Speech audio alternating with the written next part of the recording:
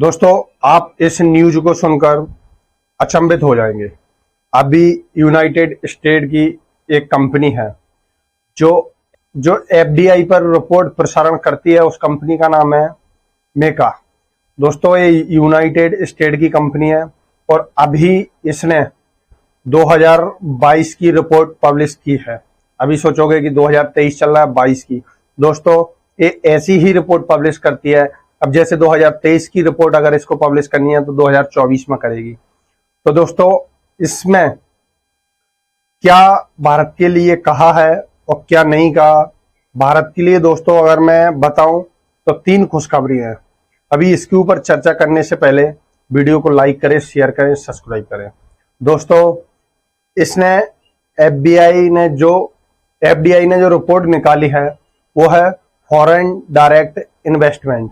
मतलब कोई देश अपने देश में कितना इन्वेस्ट कर रहा है या अपना देश किसी और देश में कितना इन्वेस्ट कर रहा है, इसके ऊपर ये रिपोर्ट तैयार करती है।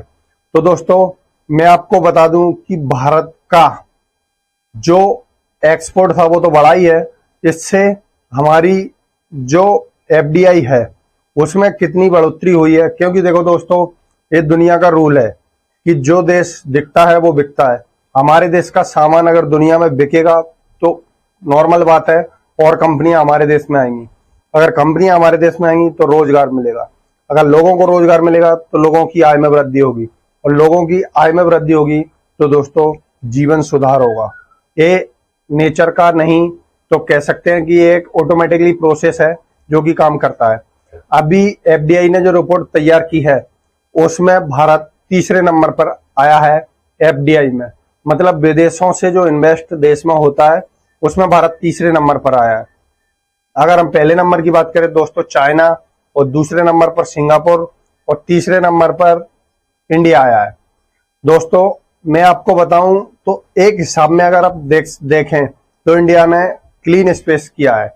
क्योंकि इंडिया का जो इन्वेस्टमेंट है वो तीसरे नंबर पर आया है। इंडिया में फॉरेन से जो कोई कंपनी आई है या बहुत सा इन्वेस्ट हुआ है वो तीसरे नंबर पर है।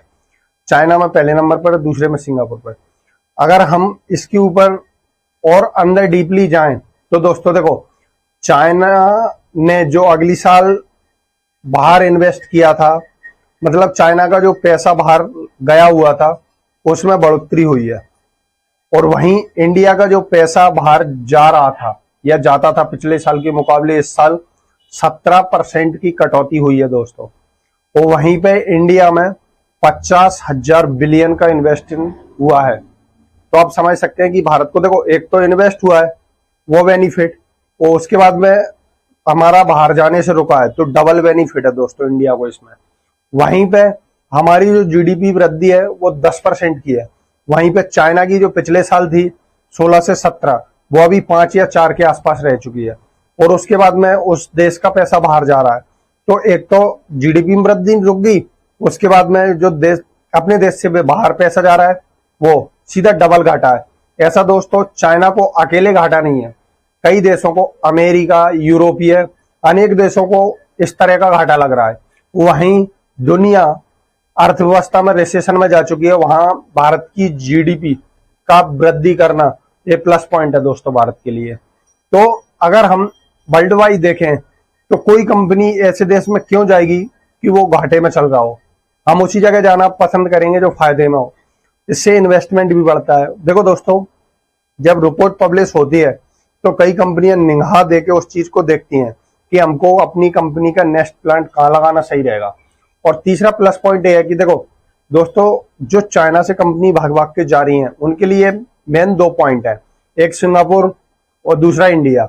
अगर हम अच्छे से ध्यान देकर उन कंपनियों को हमारे देश में लाते हैं तो दोस्तों कितना बड़ा प्लस पॉइंट भारत के लिए रहेगा। अभी आपकी राय क्या है कमेंट बॉक्स में कमेंट करके बताइए। मैं नीतीश धाकड़ रोज ऐसी अपडेटेड फुल वीडियो लाता रहूंगा। जय हिंद।